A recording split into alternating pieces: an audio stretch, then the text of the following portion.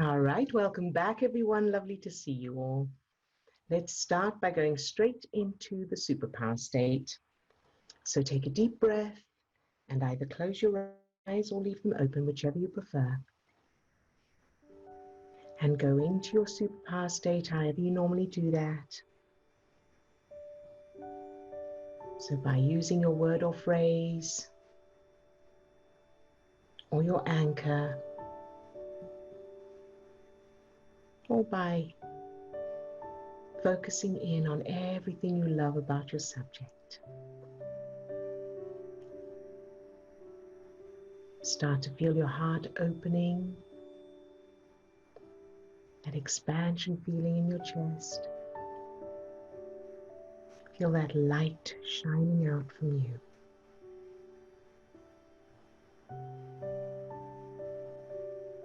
Very good. And now allow that light or energy to spread down to your toes, up to the top of your head, and out to your fingertips. So you're now full of that light, that energy, that love. Very good. And now allow that light or energy to fill each of the 50 trillion cells that make up your body. Love each cell just for existing.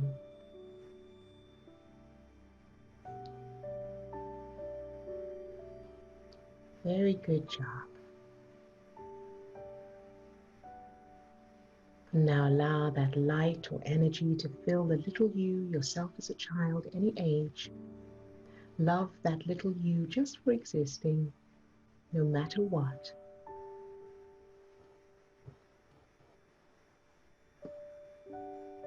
Good job.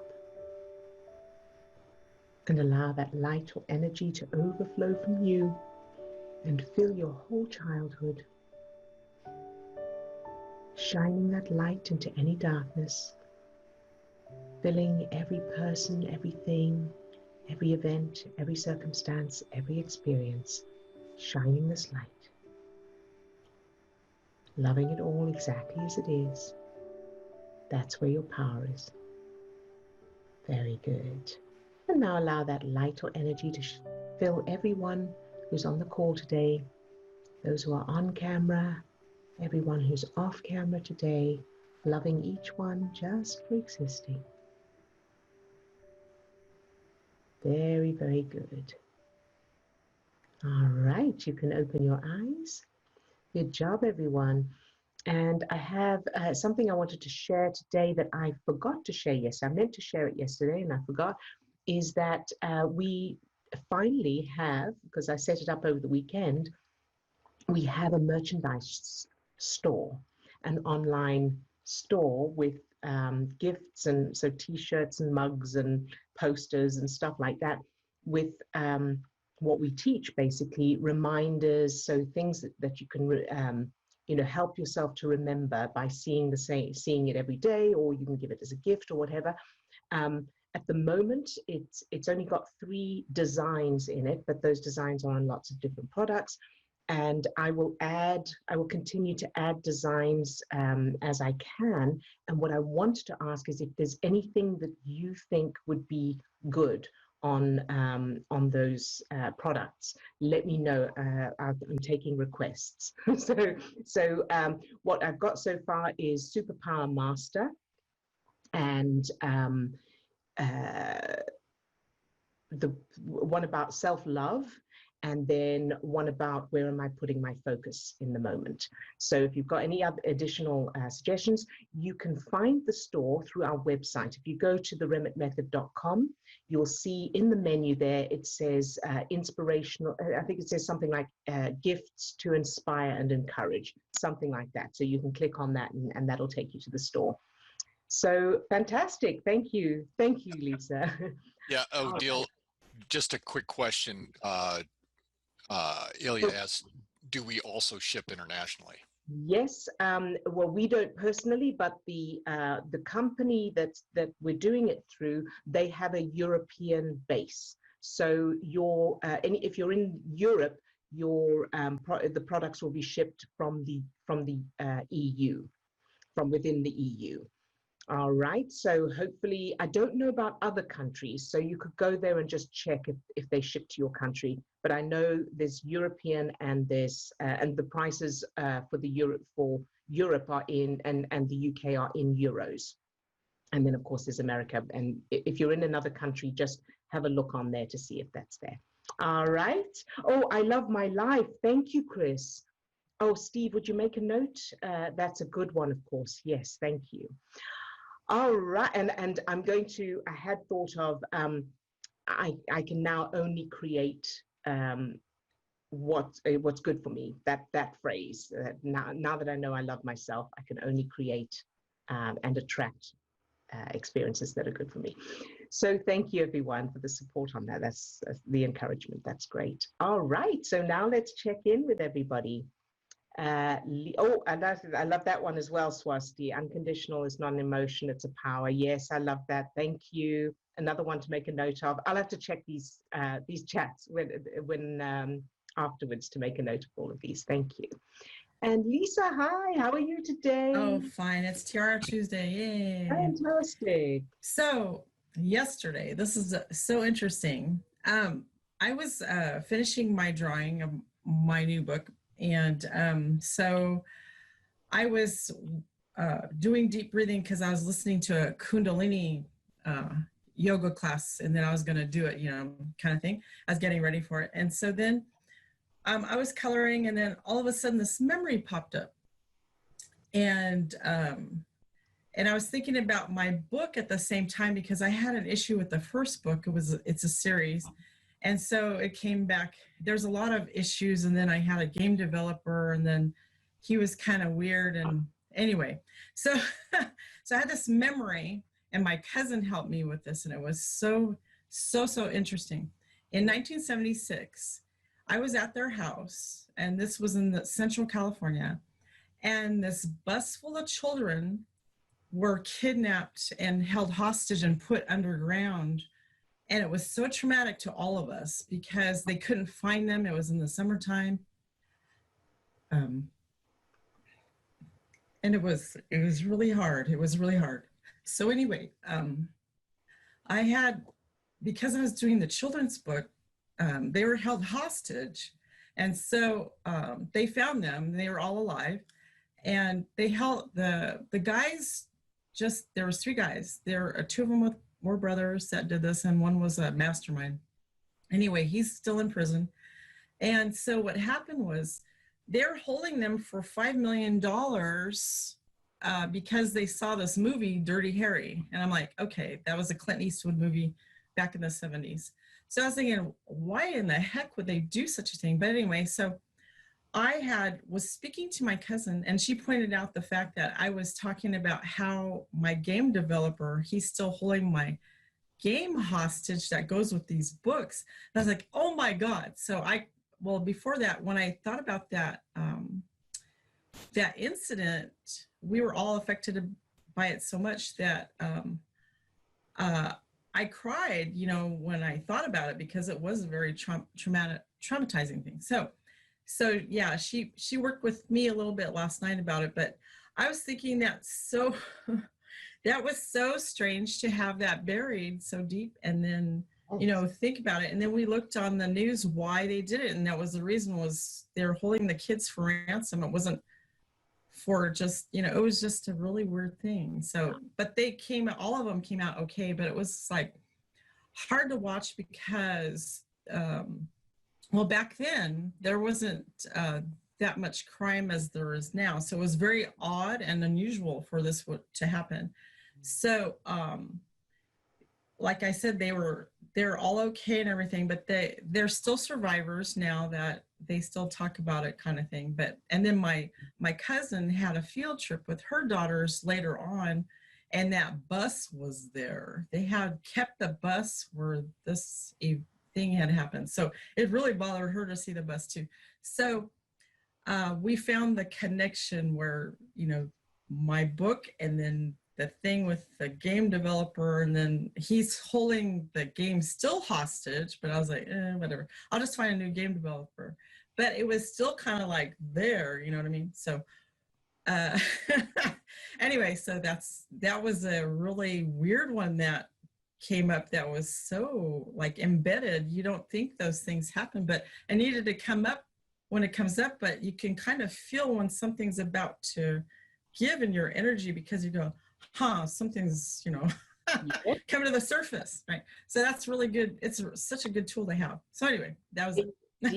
Thank you, Lisa, and thank you for sharing this. And I have a couple of questions for you. First of all, how old were you when that happened again? Like 13. It was in 1976. Okay. So I was like 13 years old. 13, okay. And then my second question is, as you started to tell us about it, there was emotion there. What was that emotion? What triggered that emotion as you were? Well, because it happened like so close to where we were. Yeah. And it was just kids between the ages of 5 and 14.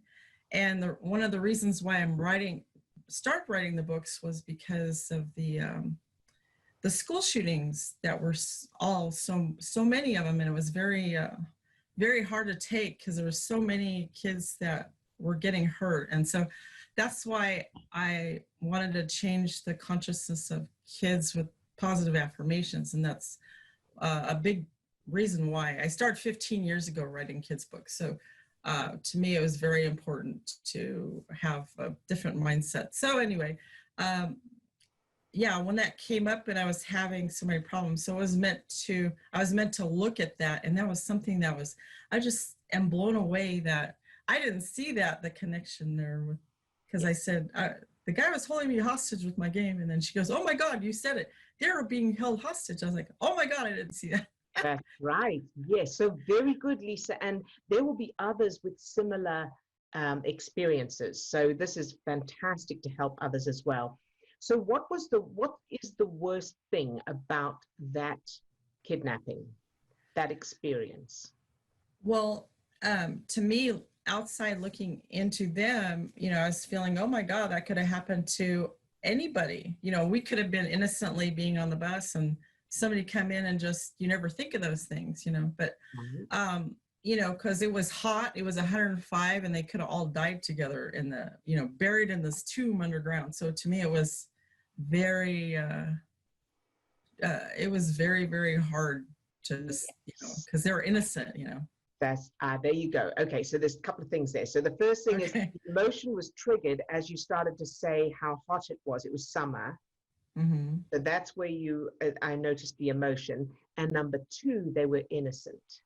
Mm-hmm. And so were you when you were accused of doing something you didn't do. Oh, yeah, true. Yeah. So there's a connection there. And then what's wrong with the weather? So so it was hot and they were underground. And what's the worst thing about that? Where does your mind go when you think of that?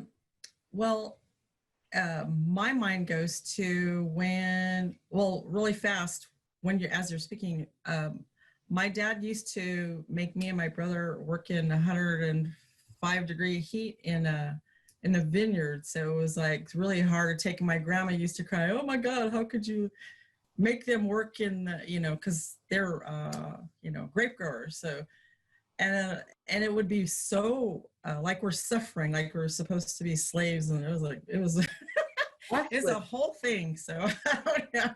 But we were little. Yes. Do you see the connection there? Okay. Yeah. Yeah. Otherwise, you wouldn't have known what it would be like. So we all have references, and even if you hadn't experienced working in that heat, if you had got emotional anyway, there must be some kind of reference for it, for what it would have been like. So that is so powerful. So that's brilliant, because those experiences of being made to work in the heat and you combine that with your grandmother's reaction, which would have given you the reference for this is not good, this is not right, this is bad. So you put those together, and the suffering and the connection of, you know, we're working like slaves or whatever that is, all of those pieces together informed your reaction to the kidnapping, the circumstances, that the fact that it was hot and they were underground. You see that connection? So taking just the memory of the kidnapping, we can do that, but you would still have those earlier references. So which means that the memories of the kidnapping may or may not change, but either way, those earlier references, working in the heat and all of that, especially if you were so young, that'll be informing a whole lot of other stuff anyway. Yeah, because we were very young working. I was 10 when we started working for my dad in the heat and stuff. So for years, like 10 years or more, actually more than that. But anyway, and I know we were very young. So I started working at 6 years old, and again, so we grew up in Durban, which is a tropical place and no air conditioning, but we were working outside in the heat, in the humidity, and everybody else was on the beach. So I know that well. And we were kind of on duty. We were drilled like little soldiers. You know, it was all very cute, but one was there. And so I know I have experience of that. So working before school, after school, weekends, holidays, all of that. But so the reason I'm sharing that with you is I have completely changed all of that. So I did some stepping stones. So this is to give you some ideas for new memories. One of my stepping stones was that I don't work there. I own a share, even from a little one. And I'm one of my memories is high-fiving my grandmother as the people are coming in, because the business is successful and I'm a shareholder. I'm not working. And I created lots of separate memories for specific things. So standing in the heat, selling brochures and all kinds of stuff, I changed those. And then finally, the final memory, the place doesn't even exist. There's a beach and we're playing on the beach instead of that place. So bearing in mind, all the stepping stone memories and extra memories are all different pieces of data. So they still exist as well. In addition to that, that place doesn't exist. So hopefully that gives you some examples. It's very, very important to change those so that you never worked. Yeah. Okay, cool. One thing I want to ask about the kids, you know, in the bus. So that was a topic with my cousin and I. So how would we change that memory? Because that was a pretty hardcore one to watch, you know, and see it. And it's all over the internet still. Yes. So two things. First of all, I just want to, I forgot to add that you'll need a stepping stone memory about the heat when you were a child. So the stepping stone is you're working, but it's not that hot. No, I tell you what I do. So the first stepping stone I do is that you're working. Your grandmother says, this is not right, whatever she said. And your father says, oh my goodness, yeah, you're right. No, okay, you come inside or whatever. So your grandmother sorts that out. Then the second stepping stone needs to be that you weren't suffering, it wasn't hot. It was always beautiful weather and it was fun. Okay. Second one. And then the third one is, or the final memory is, you never worked. And if necessary, the place never existed. Okay. Replace. I'm writing this down. Good. And you'll need to replace it with something else. So replace it with a fun fair or a swimming pool or a park or something like that. So instead of the vineyard, it's some fun place that you get to go and play in. Does that make sense? Oh yeah, that's great. Thank you. Good. And you can watch this recording again to get those ideas if you need to. Okay, so now let's go to the actual event, the kidnapping. So the first point I want to make is that that event, those memories will be easier to change once you've changed the memories of you as a 10-year-old working. Okay. Okay. So that's very important. That's why we go for the earliest ones first, because if you try and change the kidnapping, it's going to be harder because you've still got the reference there that says this is dangerous, or this needs stress chemicals. So you change the early ones first, the memories of working first, then you can come to, and anything else that's there that pops up, then come to the kidnapping. Now, with the kidnapping, answering the bit about it's all over the internet, I've never seen it. Okay. So it's all over the internet if that's where you're looking. Yeah, that was I was looking. Yeah. Yeah. So yeah, it's still there. There's lots of things all over the internet, but we don't have to look at them. Okay, so that answers that bit. And then what to change it, I would change it to these kids all, perhaps it was like a band and they won the trip to Disney World, or they went to perform in a final in America's Got Talent. Doesn't matter that didn't exist then because your subconscious doesn't know that. Perhaps they were, athletes or whatever it is. Make it that event was a fun occasion. And the reason it was in the news was because these kids were special, or they did something special, or they won something, or so something like that. How does that sound? Great. That sounds awesome. Thank you so much for your help. That was amazing. You're very welcome. And thank you, because it will help others as well with similar challenges. So thank you. Good job, Lisa. You're very, very welcome. Thank you, sweetheart. And Swasti. Hi, Swasti. Hello. So what you just said, just that whole conversation actually brought up a memory of where I was kidnapped in some way, my mom said. But it was basically like that particular day I looked like a boy, so I was wearing like shorts. So these people tried to like take my mom's jewelry. So my mom was like, oh, you got kidnapped, because they hypnotized her with this powder or something, and then they took the jewelry away. And they were like, you were ill. So my mom was like, you were ill, so we were outside the hospital. And my dad wasn't there because he was, I think he was in a different place, like studying, getting money or whatever. So yeah, I brought that came up, so I need to change that. Okay. Yeah. So when you think of that event, how is it represented? Do you have visual memories? Do you just remember being told? Anything there? Yeah, it's just like the clothes I was wearing. So it's like blue denim shorts and blue denim top. Well, I can actually see everything, to be honest. All right. And about how old were you then?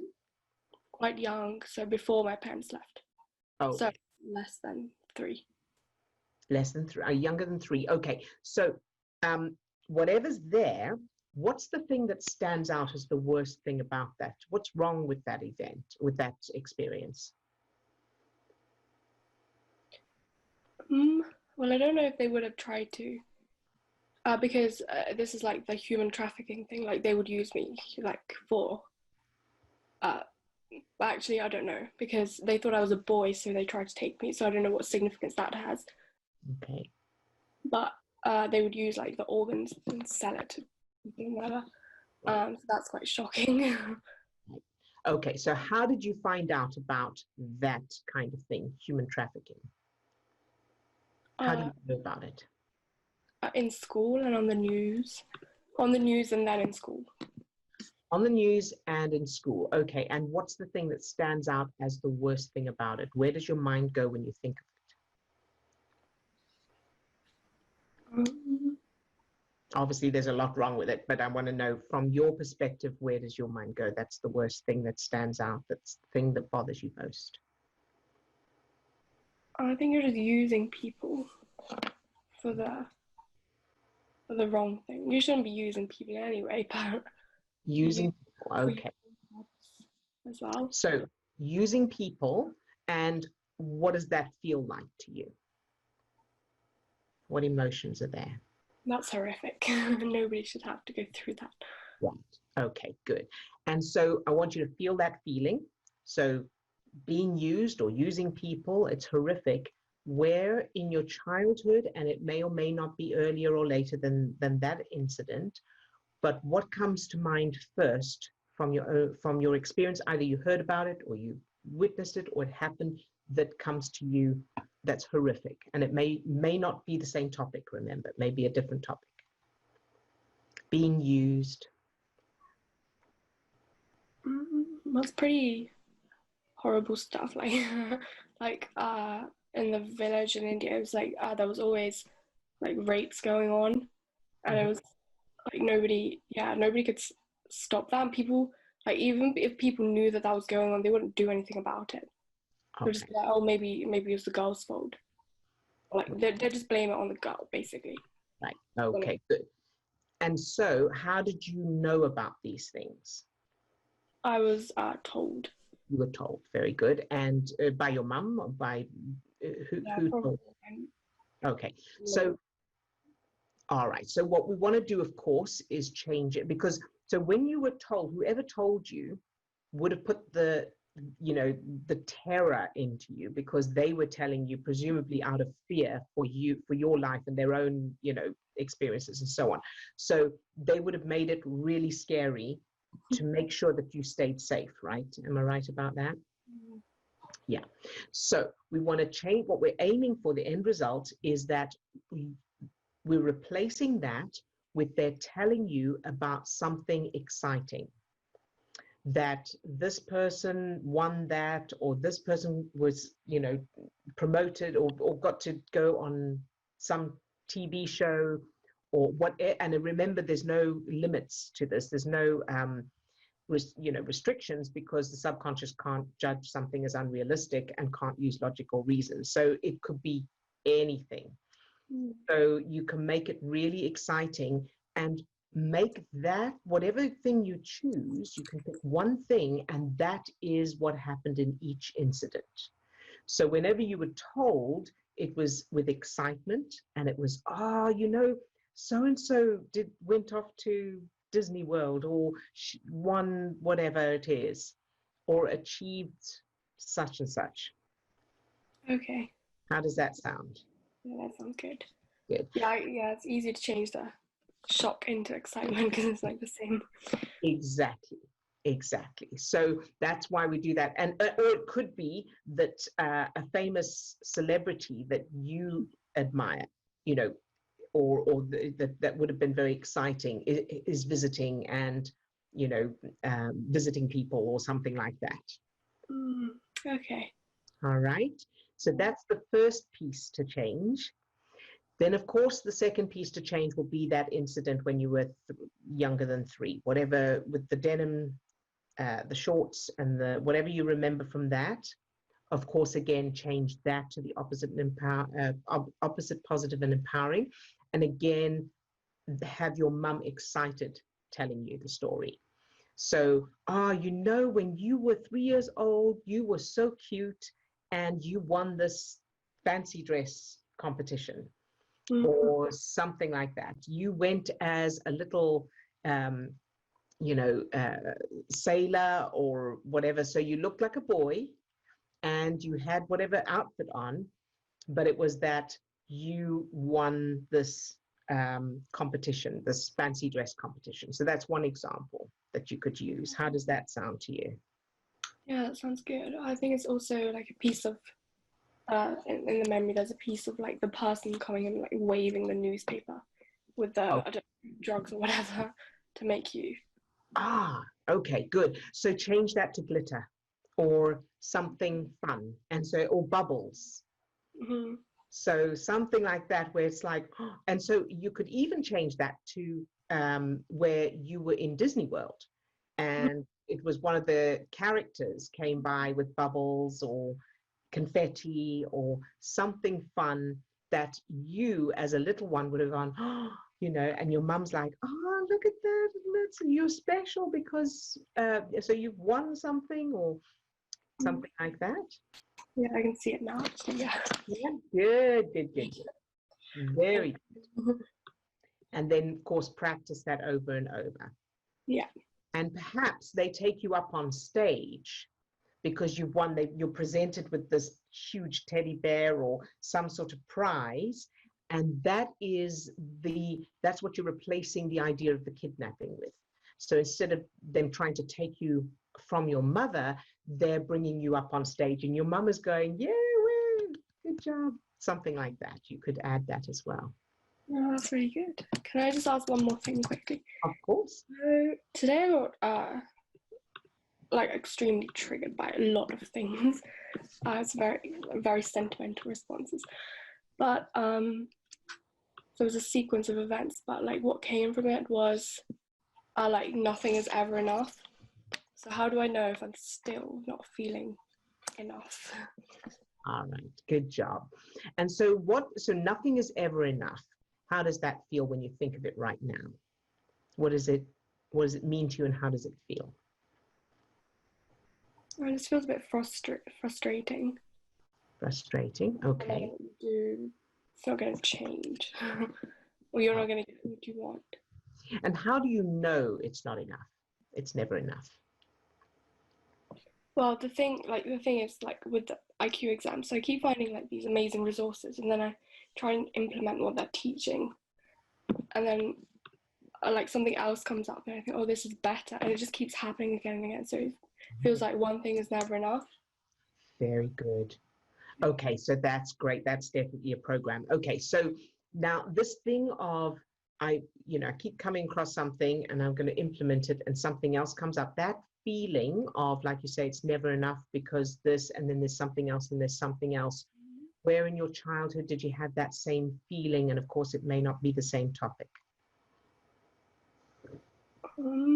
Always something else. There's always something else. It's never enough.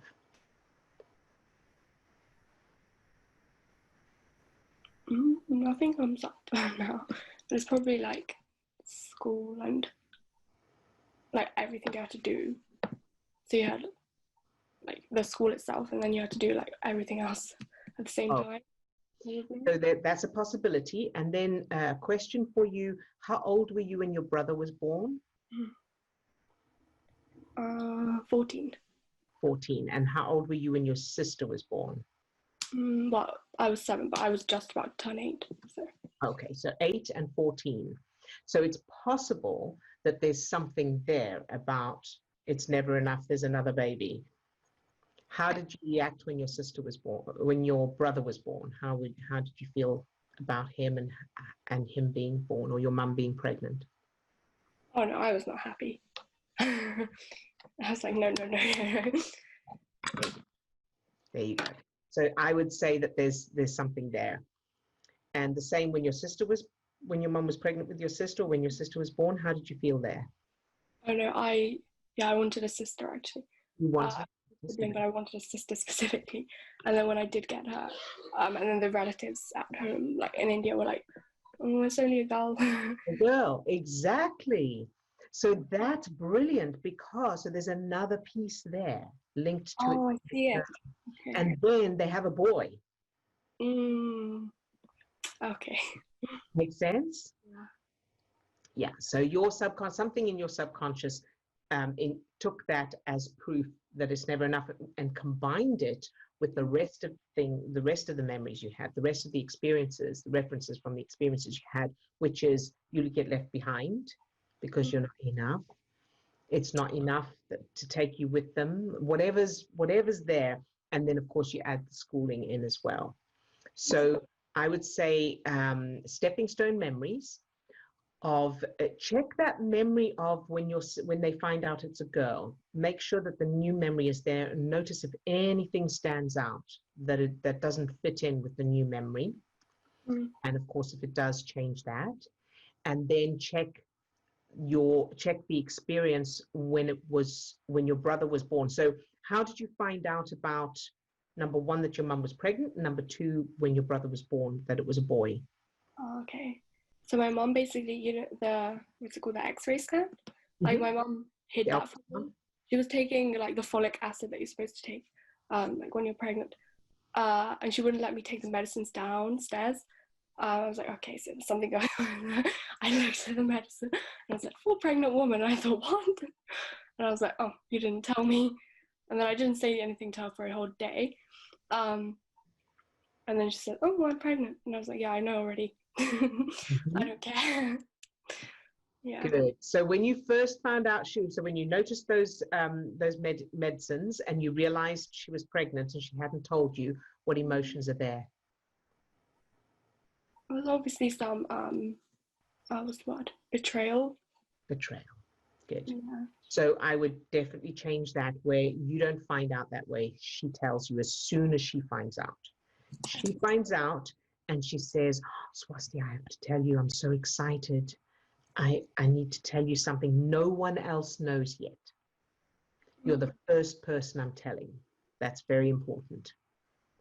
Okay. This is really interesting because how's it these things of not enough were formed at the age of 14? Because I thought everything's supposed to form like before the age of 7. All interconnected. And bearing in mind that as we experience new experiences, they're filtered through whatever's already there and added to the structure as more proof of who we are and how the world works. Okay. So if you have earlier ones, change the earlier ones first, and then also change whatever's, whatever, because teenage years is you're still absorbing stuff, you're still forming your personality, you're still forming your understanding of the world. So teenage years are included in childhood memories. It's just that you want to do the earlier ones first simply because that's what the later ones are based on. Okay. Does that make sense? A lot of teenage ones to change as well. Right. So you want to change the 3-year-old ones and the 7-year-old when your sister was born, all of that, and then move forward and change the rest as well. So you want a stepping stone memory where your mum told you were the first person she told. And how would it have felt if she told you in person and she said, you're the first one I'm telling, I've just found out? How would that feel for you? No, that still doesn't feel good. I don't want to. Okay. Good job. So what was wrong with her being pregnant? What was the thing that bothered you most? Yeah, it was just like 2 girls aren't enough. A girl isn't enough. And especially as she had a miscarriage with a boy. Like, Oh my goodness. pregnant. So it's like, oh no. And then you produced a girl. And then I was like malnourished. Like I was very underweight. Right. I don't know if it was anything to do with nutrition, but and then they were like, oh, you produced this kid and now this kid is like underweight. And now she was continuously taking medications and giving me medications to like keep up the weight and the health. Wow. Okay. So there's a lot there that we haven't looked at that's contributing to what's going on now. So the malnutrition or the weight thing, whatever that is, you definitely need to change that because of the link to the eating now. Oh. Okay. So whatever's there, whatever memories are there about being underweight, the malnutrition, or whatever you heard people say about it, change all of that because that will be informing and affecting the eating that you were talking about now that you want to change as well. Make sense? Yeah. Okay, I'll watch this recording again. Yeah. Yes, yes. And then so there's that, and then the definitely that makes so much sense. 2 girls weren't enough. It's never enough. Okay, yeah. And now that same feeling of it's never enough is replaying in your studies. Makes perfect sense. Yeah. Okay. All right. So make sure that you change, make sure that you check on that one with your sister that it's only a girl, whatever's there. And then moving forward, you can, once that's changed, then come to your mum being pregnant again. And, you can have her being excited saying, oh, we're so blessed to have the 2 of you. I didn't think that we need, that we could have any more children because you are so, you on your own would have been more than enough because we love you so much and you're so wonderful, whatever that is. And then when you find out it's a boy, have them go, well, it's a boy, unfortunately. But, we have 2 girls, so we're very blessed. And so I suppose it would be too much to hope for another girl. Something like that, along those lines. All right. And we'll love him anyway, even though he's a boy. Something along those lines. Okay. And then of course, create new memories where there are no siblings. You are the only one. So replace those memories with it's somebody else's baby, and you get to play with the baby, but baby goes home and you are the only child and you're the teenager, whatever, in your home. Okay. All right. Good job, Swasti. How does that feel? Do you feel you can manage to go on with that? Yeah, it's just a lot of pieces. So yeah, if I have trouble with due justice, but yeah, I think I know. Yes, you may need a due justice, and but and you can watch this recording to get those pieces. There is a lot there, so yeah, if you go through it and make notes. All right, and then let us know how you do, and we'll help you get sort out any bits and pieces that you need help with. Thank you. That's pretty fun. Very well. Thank you. Sorry, I missed that. It's quite foundational. Oh, yes, it is. Yes, absolutely. Very foundational. So thank you, Swasti. And thank you, Lisa, for that, for your experience, because that triggered Swasti's, the kidnapping memory in that. So that was good. And Chris, hi, Chris. How are you today? Hello. I'm so glad to be here. And I do love my life exactly the way it is. Because it gets better and better.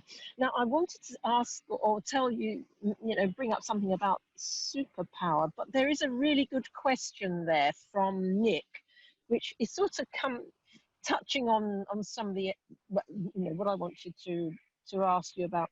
So I'd really like to hear your answer to Nick's question, and that will probably give me lots of fuel for mine. So I'm redirecting you. All right. So I have it here. Let's see. In your day-to-day, when do you know when it's appropriate to do the superpower or allow over the course of the day? Example, you have a certain feeling. Do you go into allowing and then superpower, or can you circumvent both? Circumvent allow with superpower first? Is it better to do allow as a way of intercepting triggers and then mop up with superpower, or focus on superpower and then pick up allow when triggers come? Very, very good question. So I would say the superpower is what we're getting to. So the superpower is the aim, and it is also the aim of changing the memories, is so that you can live from that state of unconditional love all the time. So in answer to when is it appropriate to do the superpower, it's the idea is to live from that state all the time. So it's appropriate to do it whenever you think of it. And you can put reminders for yourself. So as you think of things, as you remember it, go into that state immediately. You don't need to close your eyes, especially so when you've been practicing for this length of time, you can do it with your eyes open. And the more you do it, the more you're training your brain and body to stay in that state for longer and longer periods of time. And that is the goal. Now, the allowing exercise would be for when you can't get into the superpower state. So let's say I'm triggered because I get some news by email that something's wrong, whatever, and my automatic state is to go into the superpower. But if I find I can't, there's something that, it's very triggering or whatever, and I can't get into the superpower state, then I do the allowing. And I do the allowing exercise as far through the allowing exercises I need to do in order to go into that superpower state. And you'll find that the more you do this, your brain and body will spontaneously go into that state of unconditional love. It won't be intentional all the time. It will become automatic. So I hope that helps to answer that question. If not, just let me know in the chat. And Chris, does it answer it for you? It certainly does. What's been happening to me is I'm very fortunate. I think I do now. I go into a very spontaneous unconditional love response, which is great. But then what I noticed, I realized in more serious intentions. If there's something quite, if it's to do with a family member or a relative or politics, I think I've been investing in it, and I've not quite let it go. So when it comes in another context, when it comes up, I'm engaging in a discussion rather than thinking, well, I'll let that go now. I don't have to. There's nothing else I need to say about it because I've done my bit, and that's lovely. I think I've been, as an attachment. So that's the lovely realization that as soon as I have given unconditional love, I can let it go. Yes. It's no longer my responsibility in that way. That's good. And for the sake of, for you, but also for the sake of others as well, I want to just clarify with the letting go bit that letting go, it will depend on a person's context for letting go and their references for letting go. And we want to make sure that the letting go is a allowing kind of letting go rather than, well, I'm letting that go as a kind of avoidance. So Good point. you want to be able to hold the thing in front of you and be able to feel unconditional love for it anyway. And then you can let it go because, well, that's done. So can you think of one right now? Let's say a politics one that would have that you feel like you hadn't let it go, or something that triggers you or that you get into conversation about. I'm better off thinking of say a family member whose life is not there isn't a clear path. Yep. And you don't have to give any details anyway. No. Just think of it. You got it now? Yeah. Good. And are you able to feel unconditional love for them, that family member, the circumstances, whatever it is they're going through, the experiences, exactly as it is, without needing it to change, shining light into the darkness, exactly as it is? Are you able to do that? Yes. Good. Yes. And that's wonderful. Good. That's wonderful. And so then just keep practicing that. Keep practicing that. And practice it like now during these kind of times when you're not triggered. Because that's the easiest time to do it because you've already got feel-good chemicals in your system. You've got no stress chemicals in your system. So it's easier to get the strength to develop that skill and build up that momentum. Then when you're triggered by it, it'll be easier to do it. Does that make sense? That's a good reminder. Yeah, exactly. Thank you, Chris, for sharing that, because I know it will help so many others as well. Good job. All right. And any other questions? Question. I'm feeling angry a lot of the time. I'd say it's the main emotion I'm feeling. I have big triggers in my everyday life with ups and downs. One of them is the dog of my daughter's dad. I'm sorry if I asked before. I don't remember you asking before, sweetie. I don't like her, and it's not nice. I try to be kind to her, but it's hard. I know it's horrible of me, and I don't want to be this way, but she drives me crazy, mainly because she's begging for food all the time. Every move I make, and she's behind me thinking I'm going to eat and or give her food. She's always there in my face, drives me crazy. I have no idea why I react this way. Any idea is welcome. Thank you. Very, very good question. So can I unmute you? Would that be all right?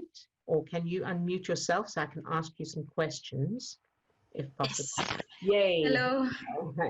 All right, sweetie. So very good question. Thank you for asking it. So the first thing, so she's always in your face and she's always expecting food.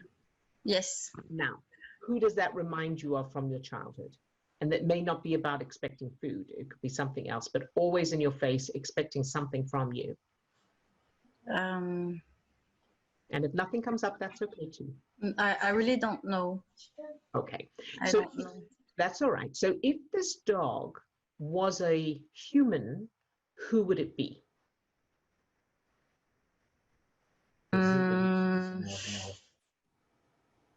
I don't know. I asked myself this question, but I really don't know. I Okay. have no idea. All right. So what I would say is that feeling of always in my face, anything from your Yes. childhood, anything from your childhood, from that, or demanding something. No, I don't know. Okay. All right. So that's okay. So then the next thing I would do is allow. Do the allowing, where so she's, you know, you can right there when she's there, you can just allow, feel the feeling in yourself where you feel this anger. So she's always in your face, you have the anger, she's always expecting food, and feel where in your body you feel that feeling. And without giving it any meaning, so it has no meaning, it's just a sensation in your body, Mhm. and you don't need to stop it. You can just allow that feeling to be there. Yes. Make sense? Good. Mhm. And as you do that, notice what happens. Does the feeling stay the same? Does the feeling change? Are you able to do it now? Yes. Good. And what happens as you allow that feeling, that sensation to just be there? I try to avoid it. Okay. And now allow the avoidance. Okay. Can you do that? Yes. Good job, sweetheart. Excellent. So just allow that avoidance. And then what happens?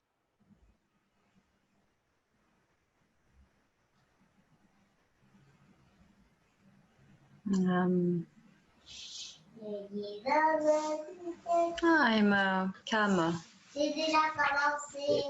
So being calmer, that's good. Very good. And then, so continue with that. And then allow yourself to think back to your childhood. Where did you have the same feeling? Because this anger for the dog is nothing to do with the dog. It's nothing to do with the dogs, nothing to do with the dog being for food. We know that. So as you're experiencing the situation with the dog, your subconscious is referring to something from your childhood that is reminding, is that similar, there's some kind of link. And then it's triggering the stress chemicals that make you feel angry. And then, of course, you're recognizing that it's the dog, and then that triggers more stress chemicals. And so it becomes a vicious cycle. Yes. Good. Yes. Thank you very much. You're very welcome. And if you still can't find anything in your childhood, I would say try doing a due justice letter to the dog or to the dog's owner, your daughter's father. Yes. The dog. Yes. And see what comes up as you write that due justice letter. Allow it to flow, allow yourself to really get it all out on the page. And you may find that childhood stuff comes up. And even if it doesn't make sense or doesn't seem to have a logical link, address it anyway, because your subconscious has linked it somehow. Okay. Thank you very much. You're very welcome, Caro. Good job. Thank you for sharing that. All right. And any other questions, Steve? Was that all? Very good. All right. So let's do the targeting. So take a deep breath and either close your eyes or leave them open, whichever you prefer. And go into your superpower state, however you normally do that. Using your word or phrase or the anchor, or by focusing in on everything you love and appreciate about your subject. Good job. Start to feel that expansion feeling in your chest, that opening in your heart, allowing that light to shine out from you. And allow that light or energy to spread down to your toes, up to the top of your head and out to your fingertips. So you're now full of that light, that energy, that love. Good job. And then allow that light or energy to fill each of the 50 trillion cells that make up your body. Love each cell just for existing.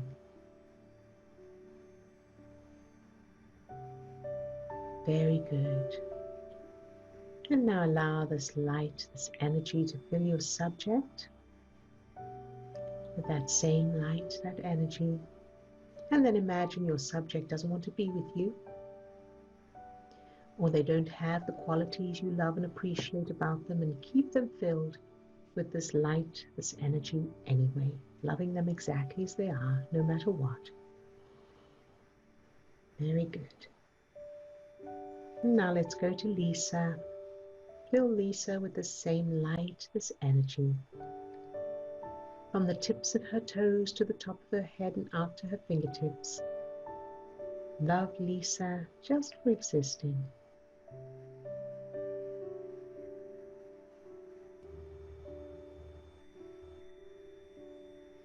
Very, very good. And now to Chris. Fill Chris with the same light, this energy. From the tips of her toes to the top of her head and out to her fingertips. Love Chris just for existing.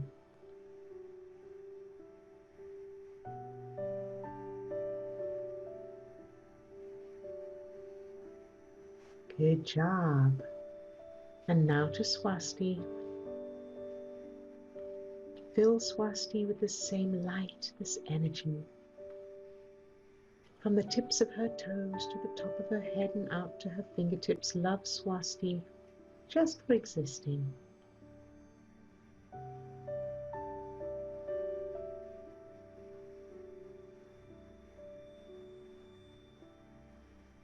Very, very good.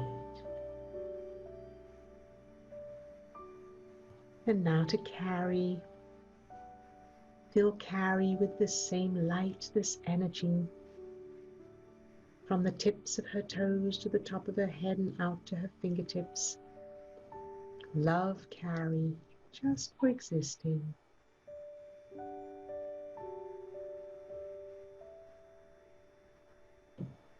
And allow that light, that energy to overflow from Carrie and fill her friend Nikki, whose back pain has been so bad that she hasn't been able to sleep for the past few nights. Fill Nikki with this same light, this energy. From the tips of her toes to the top of her head and out to her fingertips. Love Nikki just for existing. And love Nikki's back pain exactly as it is without needing it to change, shining this light into the darkness, loving it exactly as it is.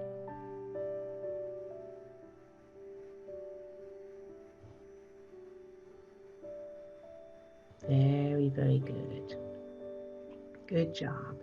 And now to all those who are off camera today and everyone watching the recording, fill each one with that same light, that energy. Loving each one just for existing and shining this light into any darkness there may be. Pure, unconditional love. Feel the power as you do that.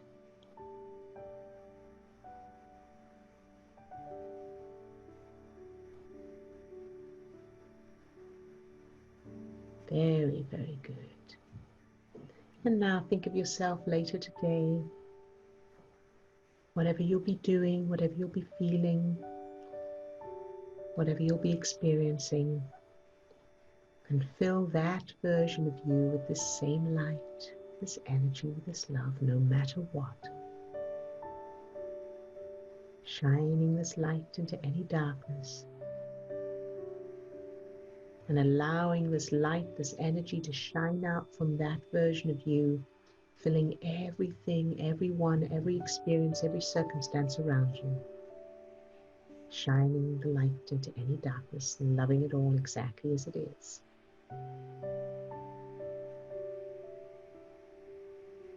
Good job.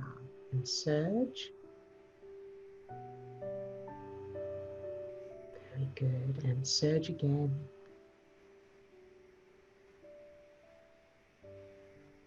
Good job. All right, you can open your eyes if you haven't closed. And we will see you tomorrow. Oh, another suggestion, you could also use happiness as underrated or something related to the importance of feeling good. Very good. Very good one. Thank you, Swasti. Good idea. And I did want to read something that I saw just before I started doing the exercise, and it was from Ilya, I think. Let me just see. Ah, yes. So Ilya has said regarding the sibling thing, she's said, so she's changed her memory. She says, my sister is now an angel. I'm an only child, but in the memories where she is present, she has angel wings and only there to love and support me. That is fantastic. Thank you, Ilya. That's a great idea, and I'm sure it will help others as well. So thank you very much. And yes, so we will see you all tomorrow, same time, same place. Keep practicing and look after yourselves. Lots of love now. Bye-bye.